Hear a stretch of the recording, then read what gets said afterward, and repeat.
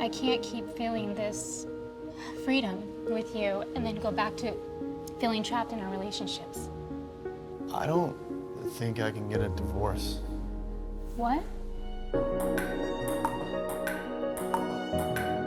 Chelsea, this isn't an affair. What we have is unique. Maybe being boyfriend and girlfriend was a really good thing that lasted too long. Our lives are giving us an opening, and you're just gonna stay in your comfortable little space? Not staying in my... Sit around wondering what if for the rest of your life? If that's what you want, that is fine. That's not what But I I want. am here right now.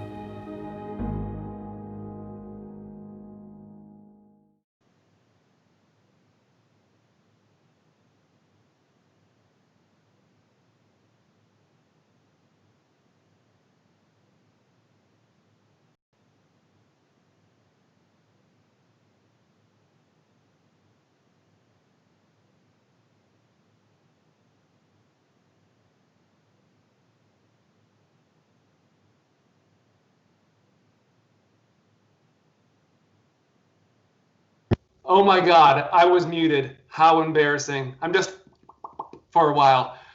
Let me start that over. We're live. This is going to happen. Whatever. Hey guys, what's up? I'm Dan Dobi. I'm the director of this film that you might have seen earlier today called You Are My Person.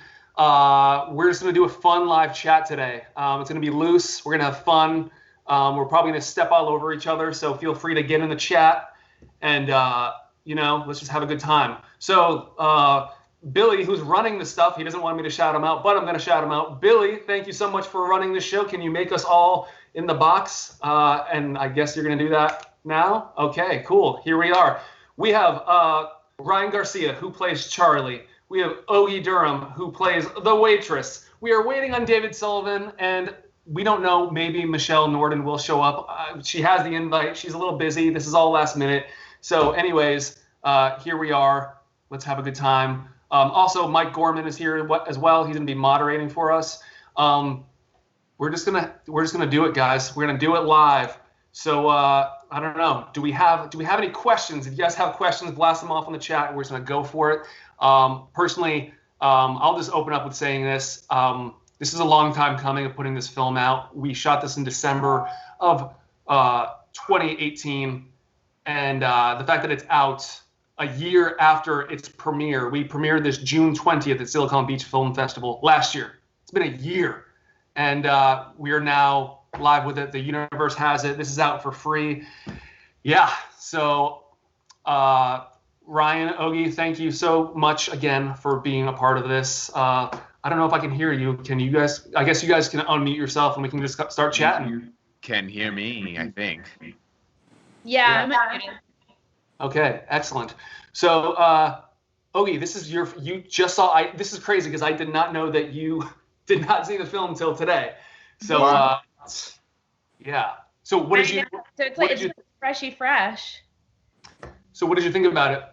Well, I mean, it was so much fun to watch it because of course I'd read the script, but I forgot how the film ended, and I won't give away any spoilers to somebody who hasn't already watched it. But all of a sudden I remembered, and it was just so heartfelt, and it just took me on this beautiful ride of loving and hating the characters. So it was just really, really beautiful. And, yeah, I really, really just enjoyed it. And I have questions. I have questions mainly what inspired you to tell this story? That's what I want to know. Oh, volume. Buddy, you muted yourself again, Dan. Dan, I can't hear a thing. He doesn't. It's a secret. He doesn't want anyone to know why he did it. There he is. Billy, you have to be on top of this and unmute me when I mute myself. I'm being texted that I have to put headphones in, so 1 second. We're not in a rush. We're going to keep it loose. Oh, Billy texts me and says, I can't. Sorry. Okay. I won't mute myself. Can you hear me? Yeah, we can hear you. I think somebody told me my volume was too loud. Was my volume too loud? Was I screaming at you guys? No. It sounds good to me. Everyone, you are here for the dress rehearsal. Yeah. This Q&A session for You Are My Person. This is half the fun. You guys. This is half the fun of just messing around, figuring it out. We were on here about 30 minutes ago. We tried to get everything dialed in, and then sure enough, within 5 seconds, I'm up. There's no audio with me.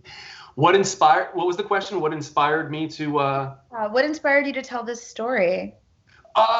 So I wanted to hit like a bunch of genres just all at once. I've done in 2012 I made a documentary, and that was pretty successful. And then since then I kind of just from there just did brand work since, like commercial after commercial.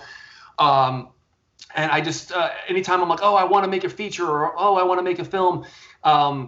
The answer I got from a lot of like people was just like, oh, well, you're like a first-time director. I'm like, no, I'm not. So I finally just put my money where my mouth is and just self-funded this thing. I kind of, again, like I wanted to hit as many genres as possible. There's definitely some comedy in here. The beginning of the film kind of feels like a rom-com, and at the end it kind of gets really dark, and there's a lot of drama in it. So I just kind of wanted to have this as like a calling card and just a piece of art to be like, look, I can do all the genres, and just kind of knock it out in one shot. What prompted me to tell this verbatim story is, I had just a lot of, as a writer and as a filmmaker, and I'm sure that you guys do this as well, a lot of people do this, but like, I just have a lot of, like in my notes, I just like write a bunch of ideas or things that have happened to me or stories that I've heard or things that I see directly. And I'm like, oh, so I hope my friends don't like think that I'm just like always writing notes on them, but I kind of always am. But this just, a lot of these themes and a lot of these elements, I wrote them down. I threw them up on a board as if like it was an FBI crime scene where it's like all like the red strings, and I kind of just like made this happen. It took a while. It wasn't like this took like a week or a month. Like this idea from like start to finish, not the actual writing, but the beating out the story took. Again, it wasn't full time. It was like whenever I had free time, but over 2.5, 3 years, I'd say. Yeah, and I knew and just these little things in the script, like the hibachi girl stuff that like, I love hibachi, and like one of my like good friends, Kevin, cooks fried rice all the time. So that was kind of a nod to him. And yeah, I know a lot of people who are close to me who have like, have either divorced parents or they have like stories about, oh, this person cheated on that person. I kind of wanted to explore what that looked like, and like if people, when having an affair, is it like this dirty, nasty thing of like, oh, we're having this affair, or is it like a sweet thing, and maybe they like fell in love with each other at just the wrong time. So that's a mouthful, but that's what I got.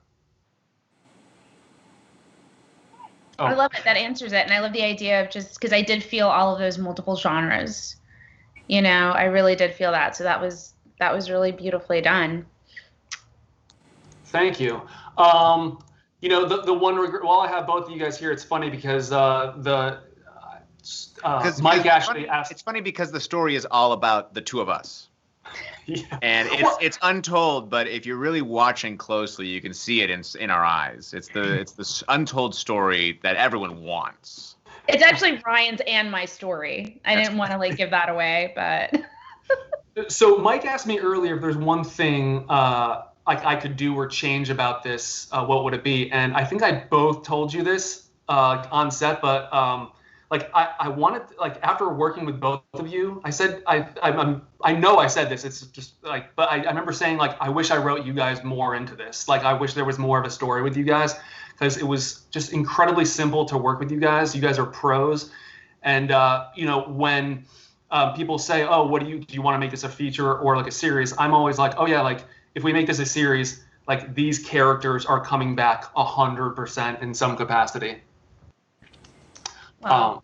All right, guys, let me jump in for a sec. Hey, this is Mike. Hey. So you said if this turns into a series, we've got a couple of people message us last night and kind of send us some DMs, but getting a lot of questions about what happens next. So Dan, maybe let me start with the cast. Ryan and Ogie, where do you guys see your characters going from this? Ogie, if you want to start it off a little bit. Oh yeah, no pressure. Well, she's quit her waitressing job, and I don't know. Like I feel like my part in the story is really actually I really liked my character because she sticks up for her woman, and she like comes in and she makes sure that like everything's okay. And I like the fact that even though it's a small role, but I mean I feel like it said a lot just about how observational I was, like seeing these people come in and being like, yeah, you seem like such a happy couple, and they really were. So I don't know. I don't know where my character would go. I'm not the writer. I'm interested in hearing what Dan would say. There is, and Mike and I have gone back and forth as far as just beating out different ideas and stuff. And there's definitely, and I'm not just saying this because you guys are in the chat right now, but like we wanted to make like a storyline where you guys at some point met and there was like a relationship there, and it gets weird. But all right, yeah, so I think let me jump in one more second. This one's for you, Ryan. So from Michelle's point of view, you're kind of this like kind of unlikable character, right? But from somebody else's point of view, do you think you could have been more likable? So she didn't like you because you were making her dinner, you wanted to take her on a trip, you wanted to get married. I mean, those are very like amazing things. So do you think how do you think you'll rebound from this and your character kind of, where does he go from here? I think the tough thing with having to be with a person like that, because correct me if I'm wrong, the tickets were to Jamaica, right? Yeah. yes. Right. So making all these grand gestures and living, I think, the idea of what the perfect boyfriend or perfect fiance or perfect husband is supposed to be leads to this level of, is this person even actually authentic or true to himself? So I think if there is a future to the role of Charlie, it's him having to actually come to terms with what he actually wants in life rather than living the cookie cutter version of what he thinks a man's life is supposed to be and a man's purpose is supposed to be. I think there's going to be a big episode on location in Jamaica where he has some self-discovery. It's going to be expensive, but it's going to be worth it for the amount of growth that he's going to go through. And just a pitch on that idea, if he walks into that cafe and just happens, this was, I think, excuse me if I'm pronouncing your name wrong, but this was Hisham's idea, that he walks into the cafe in sadness and kicks it off with the waitress. He's got this extra ticket. And he is definitely a grand gesture kind of guy. I think he throws that ticket as saying, look, all expenses paid, Michael Scott style. Do you want to travel out to Jamaica with me? Let's go get some sun in Jamaica. Absolutely. Throw the apron down. I quit. I'm done. I'm going to Jamaica, you guys. Yeah. And maybe they have their own separate journeys there. But I think the biggest thing that, like, the biggest character arc that he has to go through is finding that authentic voice, that authentic self. Mm-hmm.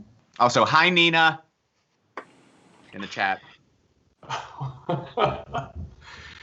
Ryan, I don't know if you remember, I hope I did this, but do you remember, did I ever pitch you like an idea? Because I think a good idea for like a series of this would be just like every episode would be based on a character and kind of following them around. And one of those ideas, I love the fact what you said about going to Jamaica with her, like running into the cafe and being like, do you want to go? Like Michael Scott style, that'd be great.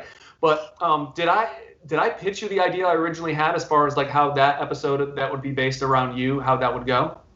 Whether you did or not, I think this is a great platform to beat it out.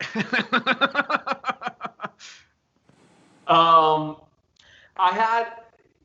had this idea that so it would be like here we go. This is it. Starts the episode, shows you packing up, shows that it's like almost like a music montage. You see that there's like Chelsea has already kind of left. She's moved on, but you're happy. You're packing your bags. You're going. You have 2 tickets, and you kind of like are always looking over your shoulder if she might show up. You're at the airport. You're checking your bags. You're super polite. Everything's good. You sit down. You have your own aisle to yourself. And it's just this very quick montage. You get to Jamaica. You check in. and then you get to the door, and all of a sudden you just like the music it goes like stops, and as soon as you shut the door, and then it's just like there's no music, and you kind of have this beautiful view, but it's met with just silence. And then all of a sudden you just start you're happy, but right at that point you break down and you just start crying and you're wailing. Knock at the door. Who is it? It's someone there to greet you with like 2 beverages, but also a security guard. And the security guard comes in and is like, we heard a woman crying, and you're like, no, it's just me. And you take both the drinks, shut the door, boom, title sequence. That would be the pitch, the cold open for that episode. I love that. And it ties into the emptiness that this guy's living. You know what I mean? Yeah. Ryan, go ahead. I just want to say, I do think that that's a really good point that Mike brought up, because like, he's a good guy. He's just like, you are my person. He's just not her person. Like, that's just it, you know? This guy to anybody else would be fantastic and funny and sweet and like making grand gestures. And I think that's so important though. And I mean, how many people do we know that do put relationships on their Band-Aids, right? Some of those, I mean, that put Band-Aids on their relationships, you know? Yeah, like he like gets the tickets for Jamaica and that's the Band-Aid. And some people, I don't know, move, get a new place, get a new car, have children, like do all sorts of things that they consider to be the thing that's going to fix the relationship. So I think it's hey, it feels like we're not communicating well. I think we should have a child. They do. I'm not making this up. They do. So I feel like that's a good point. He's just, I mean, I think it's beautifully done because he's just not her person. And that's the point, because the other guy isn't great. You know? Yeah. Yeah. Hey, Ryan, let's talk about your scene real quick. And I love it. And it feels, that scene for me feels kind of different than the rest of the scenes. It's like, you come from a theater background. Yeah. Correct. Yeah. And I just wanted to verify that. I didn't have that in my head. That is true, right? That is correct, sir. Excellent. And when we beated that scene out, we kind of did this. We probably prepped it for about like 15 to 30 minutes, but it was kind of like a dance almost. And I remember like letting you kind of like have the lead as far as like where we're going. And we did it pretty quickly. And there's a lot of definitely movements as far as where it starts and where it ends and where we land, with like Michelle turning around and then turning back and coming to you and stuff. I personally love what you do in that scene, and it adds to your character how like theatrical you do it, because your character is over the top, and I think that's something that Chelsea is kind of like over. You're just like this golden retriever of a human being, and she's just like, oh, will you just calm down with the grand gestures and everything. Anything you want to kind of like throw at that scene, or like anything you remember from doing it? Yeah, no, it's definitely like it feels like a tonal shift from the rest of the story. And so I think that what was great about being on set that day is you gave me a lot of free reign to play within that. And I think that's kind of one of the fun things about being an actor is, okay, I'm going to just go. And if I go too far, I'm trusting that you're going to pull me back because you wrote this thing, you're directing this thing, and you know what you want it to feel like. So if I'm going all the way out there, I'm giving you more paints and colors to play around with, that you can then tell me, tone this down here, bring this back here, rather than trying to pull something out. And when it comes to the blocking of that scene, this is totally just like an acting note, I guess, but I get the feeling, especially because we were kind of, you guys, that was a long day that you guys had already had filming. And so it was the last thing being filmed. I think people were tired. And if I think in a way that like as an actor, we can kind of protect ourselves to not get stuck in like, well, everyone's tired, so just give them exactly what they want and get out of the way so we can make our day. Is like, no, I think that there can be some really interesting blocking. So I'm going to go out there and do it. And if we don't have time for it, someone will just tell me, hey, there's no time, pull it back. What was great is that you knew on that day, you allowed me to have that play on set. And then knew exactly what shots you needed to make it work and really streamlined it to allow us to make our day and allow me to have my creative voice on set to do that. Yeah, I mean, it was definitely a really long day, and I remember, it wasn't like so much of an argument, but when I was chatting with the DP, he was like, "Well, we need to do it like all in order, this and that." And at the end, we were running out of time, and we were overtime, and I'm just like, "Okay, this is what we're doing. Bring the camera here. Say that line. Okay, cool. Say that line. Move over here. Okay, say that line." And that's how I did it at the very end. I remember I was like, "Yeah, I want to do it all in order," but at the same time, it's like I need these specific shots to move forward. Like when we did like the ring opening up. That was its own thing, and I'm like, "This is it. Close-up shot, cool. Rack, do that 5 times, cool." Yeah. Well, I think it's clear that your editor brain was on fire in that moment. I'm just getting exactly what I need to cut away to in order to tell this part of the story. Yeah, and I was doing that. I did this. I made a previs prior, so I knew all the shots that I needed in my head. I didn't even have it written down. I just said like, "Cool, I know I need this." So yeah, that definitely kicked in, and I'm glad that I kind of just stood up. I mean, at the end of the day, it was my call. I can just do whatever I wanted as far as like directing where the camera needs to go. But at the same time, I very much respect the camera department and my DP. But yeah, at the end of it, I was just like, "We need to go. We're overtime. This is what we're doing." Oh, do we have someone? Look who's here! Wow. Wow. What's up? Are you muted?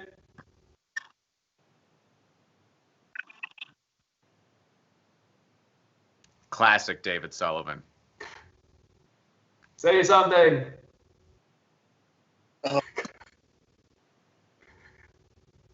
I heard something there for a second. This is live. This is what live is like.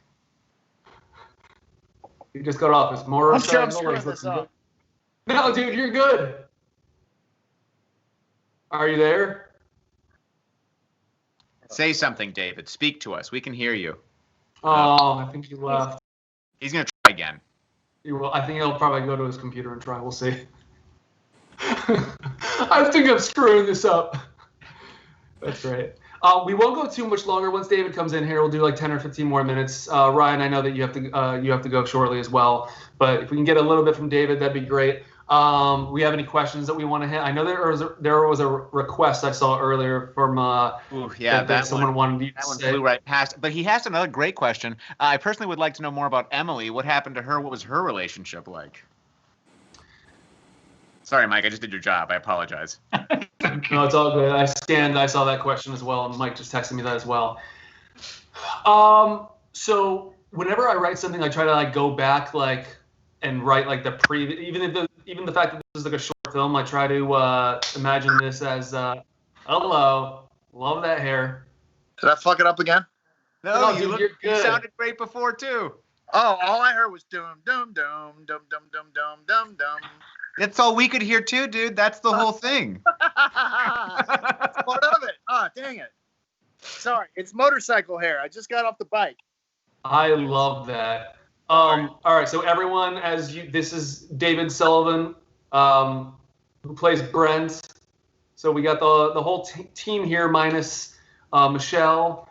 David, thanks for joining us. Little miscommunication. I apologize about the time, but you're here now, and yeah. Are you excited this film is finally out, or what do you think? Oh yeah. Can you give us an anecdote about any kind of story that you remember now that we got you here? Well, your car got towed on the first 5 minutes. Yeah, well, when I showed up, I was like, "Oh, cool! We're gonna shoot at this cool little restaurant in Huntington Beach or Manhattan Beach. Where was it?" That was Manhattan Beach. By the way, David, can you go horizontal? Sure. Perfect. Yeah. And I was like, "Yeah, this is awesome." And then I was like, "Oh, you know what? Maybe I want to wear this other shirt." And I go out, and this guy is like strapped my car to his little bitty truck. And I was like, wait, what's going on? And then he decided to just give me a ticket. But in order to take the ticket, like I had to go. No, wait, he was gonna tow it. He was like, "I got to tow it away." And I was like, "No, you don't. I'm right here. I'll move it." He's like, "No, I got to tow it." So yeah, my first day was not fun, but then once I had the dust cleared and everything settled, yeah, it was great. And obviously working with you, Dan, was awesome. You just made everybody feel relaxed, even though like I was freaking out on the inside. You're like, oh, it's gonna be fine. I was like, all right, well, I trust you. I believe you, and it was.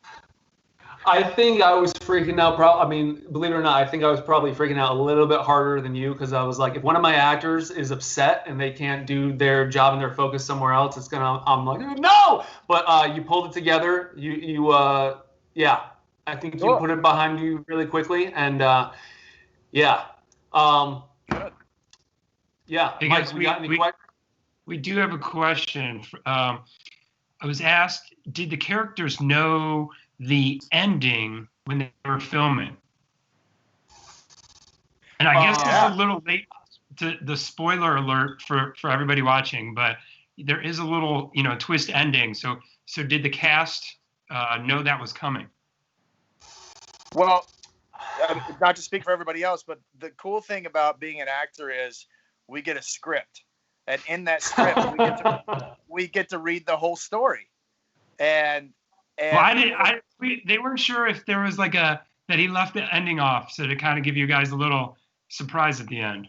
Oh, no. I mean, well, at least the copy that I got, that's one of the main reasons why I liked it so much, because you're watching this love story that you're like, wait, this seems like a typical love story, but then like there's a few little hints in there that's like, wait, this isn't very typical. And then when you get to the end, you realize, oh, wait, this isn't typical at all. This is very, very, very complicated.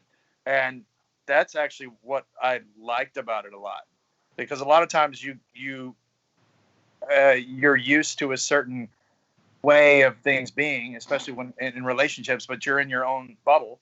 And there are a lot of like really complicated, really honest, but maybe not typical relationships out there that you have no idea how they work or how those people maneuver.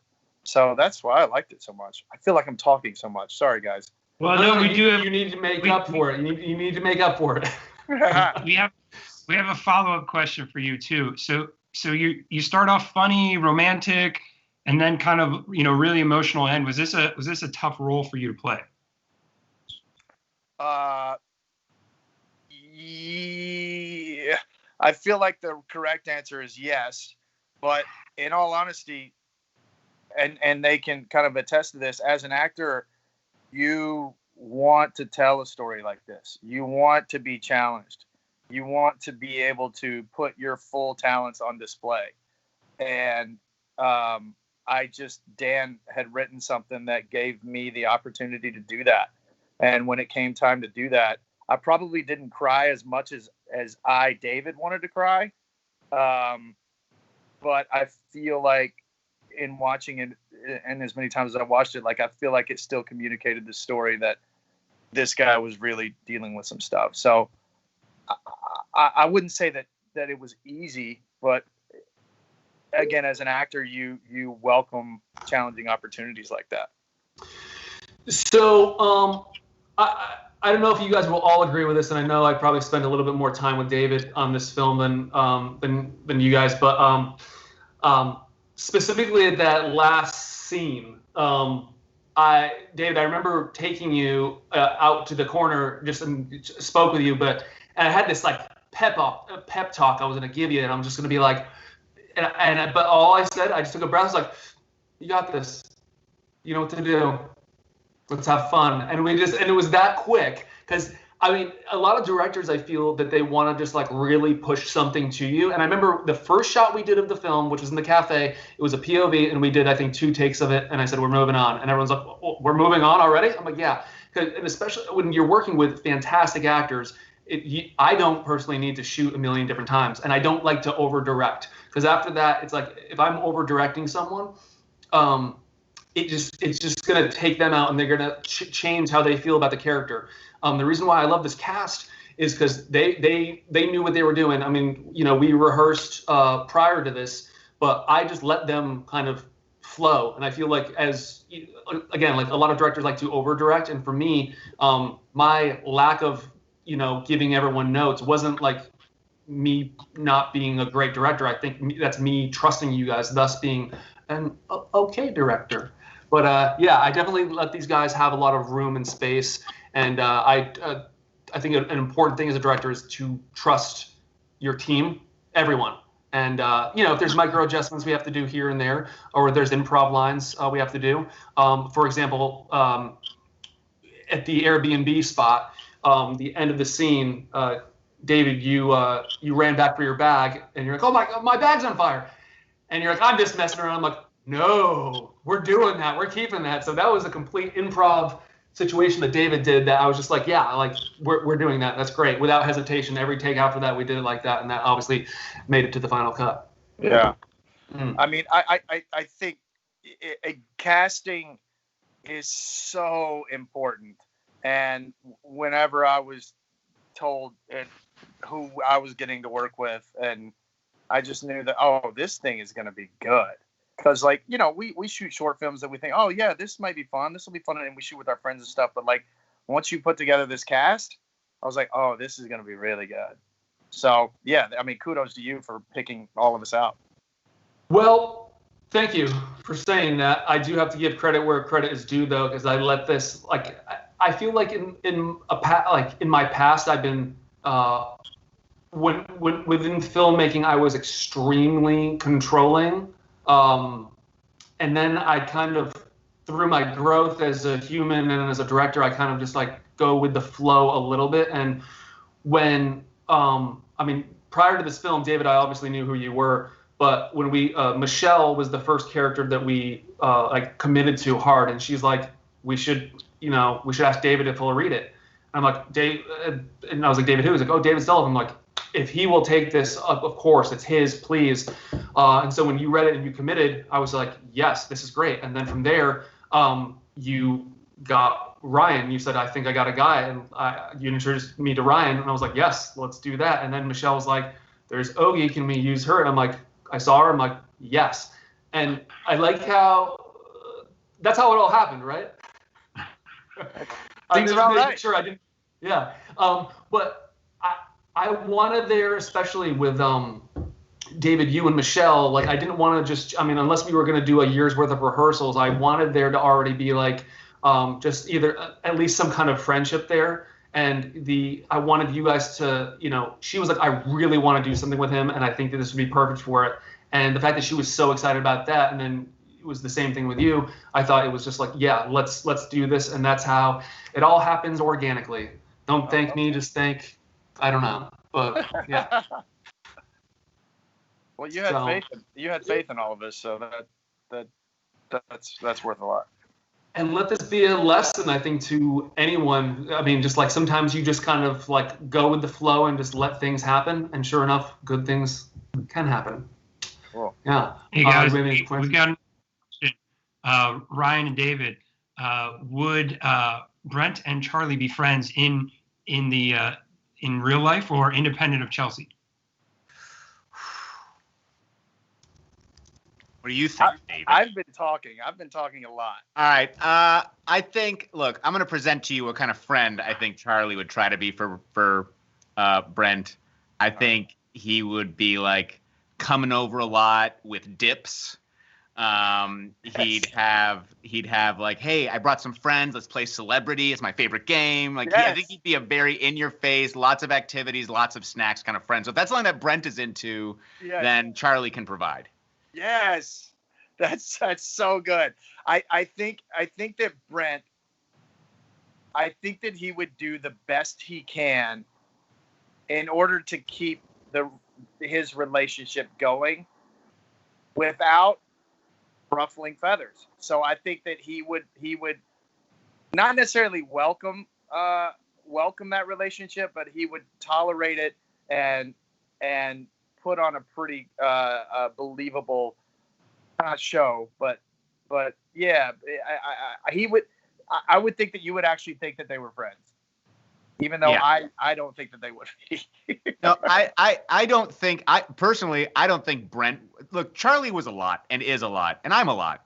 Yeah. And I'm sure that at some point, Brent, the same that Chelsea was, because we were talking about this earlier, but I think a lot of what's going on with Charlie is just that he doesn't have an understanding of who he is as an authentic human being. He's playing out his own idea of what it is to be a good friend. Right. And it seems to me like Brent actually is living in some level of authenticity, and I don't know at what point he'd be able to deal with. Yeah. At some That. point, he's like, I can't do it anymore. Yeah. Yeah. But his dips are delicious. That's right. As long as you're getting some. Right. Oh, it's great. So it's 6:05. I'll probably do about 5 more minutes. So Mike, if there's like any more questions, or if you guys have any questions about stuff, feel free. You guys as in the cast, if you guys want to say anything or you have any funny stories about this.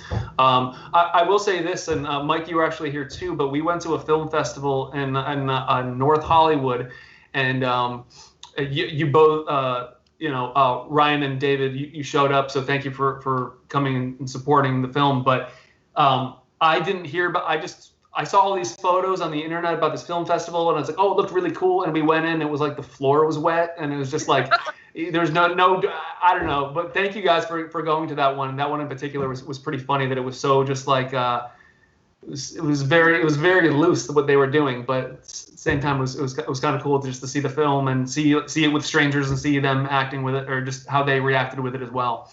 But it's always good to get that opportunity to see your film on a big screen, because I mean, especially today, like so much stuff is just passed around online that you kind of get used to seeing things online. But I mean, even though it was just kind of a sheet, it wasn't a sheet. It was a screen, but even though it was like it was a screen, and it was big, and it was like, oh, and there was sound like all around. I was like, oh, this is really cool. It was a really cool experience. I liked seeing it like that. Yeah, very loose. Yeah. So one more question. A couple of people commented on the soundtrack. Really helps set the tone. So can you tell us any little bit about the creative process for the music? I'll take this one. Yeah. So David, I'll let you take it. I worked on this soundtrack originally with a composer who I met off of the internet, and then found. He started dropping the ball on me this is the first. So I had 2 composers. The first composer was a guy I met on the internet. I just found his music, and he posted to YouTube, and I reached out to him, and I was like, oh, I'd love you to check out my film and see if you could score it. And he did a few tracks, and then he started not responding, and then I reached out to him, and he was, oh man, I gotta do my job, and then I have to go back to school. And I was like, oh, okay, like college, great, that's cool. I asked him, I was like, how old are you? And he's like, I'm 17. I'm like, really? And then all of a sudden he just like was awful, didn't call me back, didn't respond. I think he just blocked my number. But I sent him one last message being like, hey, we're done, and if you post my movie, I will find you. No, I didn't say it. But after that, after being a little frustrated with that, one of my best friends in the world, Shem, who goes by Rizik, stepped up to the plate. We met up and went to his studio, and we just started jamming. And at first, I was like, this is the scene. How would you take it? And there was a lot of long piano, beautiful piano, like grand piano. And, we went back and forth, but eventually I'm just like, I gave him weird notes. Like, instead of playing like this, can you play like play that, but play it in slow motion, like your hands have glue on them and you can barely move them, and pretend like, can you dial in a piano that sounds like it's underwater but like a mile away? And he's like, oh, okay. So we just dial it in, and then we made it. I'm like, that's it. That's the sound. And we took our time. I mean, like, I'm not a musician, but it felt like for the first time ever, like I was like a music producer or something. And it felt like I was like, oh my God, I can hum something, I can sing something, and he will get it. And I don't know how he does it. Anyone who like knows how to play piano or can like hear you hum something and immediately just start playing it beautifully, that's like an incredible talent. So we went about it, and we did several sessions, and I probably was very annoying at several points, being that I'm not a musician. So I'm like, yeah, echo. And he's like, you mean reverb? That's reverb. And I'm like, oh, okay, well, that. Okay, so I learned a lot too. But we made this soundtrack, and it's like something that I, even though I did not make it, I contributed to it, but I'm so happy with it, because this is something that like I would listen to. And then after the film was done, I was like, I forced them, like, we need to make these individual tracks and we need to make it a soundtrack. And yes, this is just a short film. It's just a 23-minute film, but it might be a little overboard to do this. But at the same time, it's like, I don't care if this is a short. I'm going to treat it like this is, like it should be, like it's a feature. And I'm going to go, hard with it. So, Shem, aka Rizik, made beautiful music. And I listen to it literally like every day, like when I wake up, when I go to bed, when I'm in the shower. And I'm so glad it's on Spotify now, so I don't have to like dig into like iTunes on my phone, because I hate that I had to like upload an MP3 to iTunes, because it's terrible. But now it's on Spotify. So by the way, if you do like the soundtrack, just go find the film, and there's a link there. So if you don't use Spotify, everything is there. So that's my answer. We've got a one last question from our end.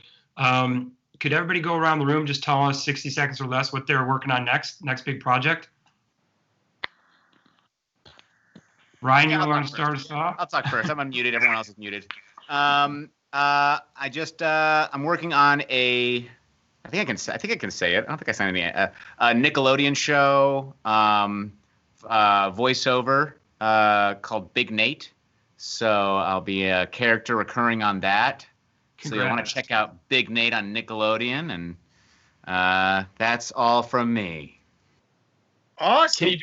Can you do a voice? Can you do like the voice of it? It's just me. It's just Charlie, really. It's this art teacher who just desperately needs the kids to like him. Nice. Yeah, I did a series that I shot in New Zealand over the, I guess, 4 months up until last month, and I hope it comes out. I think it's due to come out on Prime in August. It's called The Wilds, and I have a couple indie movies that were supposed to be in some festivals this year, but festivals kind of disappeared. So we'll see if those come out, because I did a great job in those movies. Yeah. And I don't know if they're gonna come out. And I'm blaming it on Corona. That's right. I'm not gonna blame it on a poor performance on my part. That and hopefully I get back to teaching pretty soon. Yeah. Yeah. David, a couple of months ago, you invited me to a screening of Monuments, and I don't know where that is or if that's coming out, but like I thoroughly enjoyed that, and you were awesome in it, and I'd love to see it again. So, speaking of which, is that movie coming out anytime soon? Again, that was supposed to have a big festival release, and we got accepted into a few different festivals as of whatever that was, February. But yeah, I don't know. I don't really know. I mean, I have a link. I don't know if I should say that, but I don't know. I don't know if it's gonna like take a festival run, or if I don't really know what's up with that. So, but if you want to have another screening, I know this place in North Hollywood that has wet floors. Man, that's amazing. Nice. Ogie, what's next for you? Hey guys, so my dog is literally barking right now. So if you hear him, that's what's going on. I an episode of 13 Reasons Why that I got to shoot in up north in December came out. Yeah, so that's really fun. I think it came out like last week. And I play a teacher in that, Ryan. So I relate. And and then just some projects that were supposed to happen before all of this went down are kind of, up in the air. But I did do a couple of commercials, shot a couple of commercials right before all of this happened. So, I think we're all kind of in the same limbo, wait and see kind of situation. Yeah. Nice. Okay, cool. What about you, Dan? I sit down every day and I try to write this into, again, like when I wrote this originally, when I beated this out, it took a while. I was really meticulous and I was really like a perfectionist with every single beat. And now when I attempt to try to considered making this a series that is just it's very overwhelming, but I still want to do it, and I feel like we're not in the same room, but getting speaking to all of you and seeing you all right now, it just really makes me want to kind of pursue that a little bit more. And David and Ryan, I definitely have spoken to you about that before. And David, I think we spoke even a week ago, and you mentioned that, if my Amazon thing doesn't work out, we can do it. I don't know if I'm supposed to say that or anything, but I always have that in the back of my mind. And aside from the Amazon thing is definitely not working out now. You just blew that one up, Dan. But yeah, no, Mike and I work really closely together. We do a lot of brand work and stuff. So we're just flowing. Work and production is definitely a little slower right now. So it definitely gives me time to write and think about projects and stuff. But yeah, that's what I got going on. Just a lot of brand work. I want to be, but just putting this out there and this film out there and hearing the reaction, and it just makes me, it's just giving me another push to say, this is where I want to be and this is what I want to do. So hopefully I'll be coming out with some more of this stuff soon, maybe a feature or making You Are My Person a series, which I would love to do. So we'll see if that happens. 6:15, I think we did a good 45 minutes. Ryan, I know you got to roll. I think we're just going to wrap this up. What's that face about, David? Sorry, it was my fault. I didn't realize that we had such a short period of time. I thought that was going to come in midway through and be the cool guy, but now we're already done, and I'm like, oh, dang it, I missed it. Well, I mean, so sorry. You want to keep? No, I mean, you know what? We can cut this up later, and if people want to come or leave on the chat, that's totally fine. I'm having a good time, but all right. How about we give 10 more? You want to give it 5-10 more minutes or what? Well, if Ryan has to go, I have to go, but Dave, you need to take up more space, and I need to bow out and give you that space. So. Yeah, no, I get it. You guys have a great good to see time. everybody's faces. It's so good to see all the faces. It is so good to see everyone. All right, I'm going to sign off, guys. Thank you so much. All right. Cool. Good to see you. All right, well, let's just wrap this up. Guys, thank you so much for being here. I don't know how to do this or what to do with my hands, but that will wrap up the Q&A for You're My Person. If you like the film, go share it wherever the hell you want. It's on YouTube for free. Tell your friends, all that stuff. Ogie, Ryan, David, thank you so much for being here. Mike Gorman, thank you very much for moderating. And Billy, behind the scenes, he's mixing the 1 and 2s. If you want to know why we're looking so good and coming into all these, these squares and stuff, that's him. He doesn't want me to mention him, but I'm going to do it anyways. Billy, thank you very much. Do you want to give your Instagram handle, Dan? Dan Dobi, do you want to give your Instagram? Right? It's just Dan Dobi across the board. Aside from Facebook, because some small Filipino boy actually took my handle very early on in the Facebook days. It sucks. I can't get it back. So it's Instagram.com/Dan Dobi. But I'm sure you could just Google that and figure it out. Anyone else, plug your stuff real quick and go. Follow me. Go. Follow Ryan on Instagram at Muchos Garcias. That's the same on Twitter and Instagram. Muchos Garcias.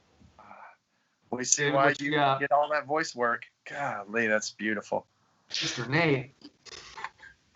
I'm just David Sullivan. David Sullivan, Instagram, Twitter, Facebook, David Sullivan. That's it. Yep, and I'm just Ogie Durham on all of it. Cool. And just a quick reminder, that is Muchos Garcias. One more time for people in the back. MuchosGarcias.